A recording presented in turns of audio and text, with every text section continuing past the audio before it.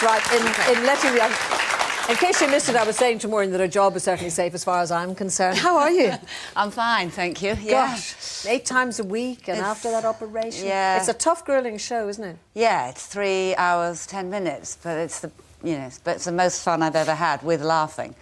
Yeah, it's great. And 5 weeks' time we finish, and I'm going to be really, really sad. A lot of tears will be shed on stage, you know. But what do you plan to do with that bit of a rest after all that time? Well, I haven't got any plans. I mean, I think I might buy a dog and walk. Actually, was it difficult? I mean, it is a busy show. Miss Ella's hardly ever off the stage, is she? That's right. So was it difficult at the beginning with all that dancing and movement and everything?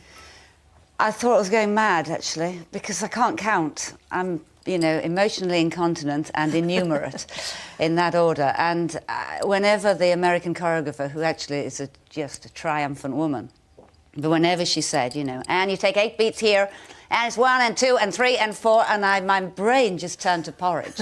And I would just go and weep somewhere, and I couldn't get it. But actually what you realise, as you know, I'm 25 years older than most of the people in the cast, and they can count. But what you realise is that, you know, your muscles just need waking up. And after a while, you finally learn the ruddy dance, and you do it, and you think, what was all the fuss about? And of course, that's just the great thing about life as a whole, said she philosophically. But, you know, if you stay curious and you allow yourself to just keep on learning, then it's a much better life. I found at the end of The Farmer and the Cowman, the first time we actually had people in, I was hyperventilating. I couldn't breathe, so I couldn't sing. You know, and my God, you know, you do get fitter as you go on. So you feel a lot fitter now, do you? Yeah, I'm fit to drop. I'm fit for nothing. I'm, you know, the mornings I just get up, I look like an exclamation mark. That clip we saw was obviously from a video that's going to come out later on this year, so we'll be able to see you in full. Yeah, it's thrilling that we've actually... Normally, you know, when you do something on stage, it's forgotten, except in people's memories, you know. And this time we've actually got a record of it, so it's great. And we thought that Zelma, your mum, might just come with you today, but she hasn't shown, unfortunately. It's probably best you don't talk about it, Glo, actually, because I forgot to tell her. Oh, no! You just left her at home, did you? Yeah, there'll be a poisoned fishball when I get home, I can tell you. No, she's just a very extraordinary woman, very ingenuous, and had she been here today, very sort of shy, you know. I don't really know where I spring from. But she loves all the sort of showbiz side of life. She loves the bits that I kind of might well avoid. She loves it. Did she feed you up as a child? Of course, you're very slim now, but when you were a kid... Well, it's interesting, isn't it? After a year in that show, guess what I've lost? Don't know. Not a pound. No. 10.4 when I started and 10.4 now. So the moral of this story is, forget all the rest. Stay off the prairie, you know. I don't know. I mean, I'm sweating every night out there and nothing happens. But no, she didn't really feed me up that much. I think I had a lot of Viral. Do you remember Viral? You remember a lot of people in this audience remember Viral. Yeah, sort of horrible malted stuff. Now I'll take just about anything, you know, that I think is going to get me through, from ginseng to camel dung, probably. But, you know, Actually, I always think of Joyce Grenfell when we meet, because clearly you made that show your own when you portrayed Joyce. And I understand that you did it for the Queen Mum not all that long ago. Yes, well, we had the Queen Mum in the show on her birthday, not in it, you understand. Although she could have been, because she's stalwart enough.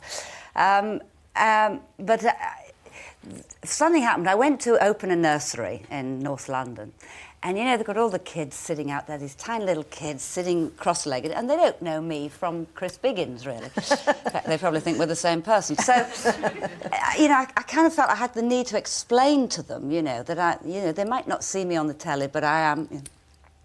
So I thought the best thing to do for their bored little faces was to go into Joyce. So I started off, children, gather round, because we're going to do our lovely moving to music, and Miss Boating is going to play her piano, and we're all going to be lovely flowers growing and dancing in the grass. And the kids are all sort of rapt by this. They recognise the tone in the voice, and they just sit there, and they really sort of attend. And of course, afterwards, the teachers were all there, and they all laughed. And I got a letter later from the headmaster. And the letter said, "Thank you so much for entertaining the children. I must say that some of the girls, in fact, they loved it. One of the girls laughed so much she wet herself, and that was the geography teacher. So when I went to do this little speech for the St Mary's Clothing Guild, Queen Mary's Clothing Guild, which was at St James's Palace, when I went there, I thought, well, this is the sort of house who would like a Joyce story. So I started on that particular story, and I got to the point, Lavinia, what do we do when we come back from the littlest room? We pull our knickers up again, you see.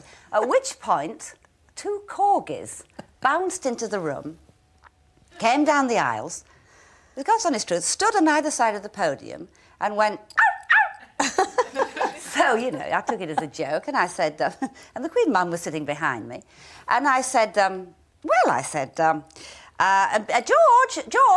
don't do that. And the dogs went, ow, ow. And they were working with me. They must have recognised Joyce's voice. And I said to the Queen Mother, what are the dogs' names? And she said Minnie and Billy. And I said, Minnie. And the dog went, ow. And I said, what did I tell you not to do? And the dog went, ow. And I said, well, don't do it. And you could not have trained any animal to do what those dogs did. It must have been hysterical with the Queen Mum loving it. We were falling about, yeah.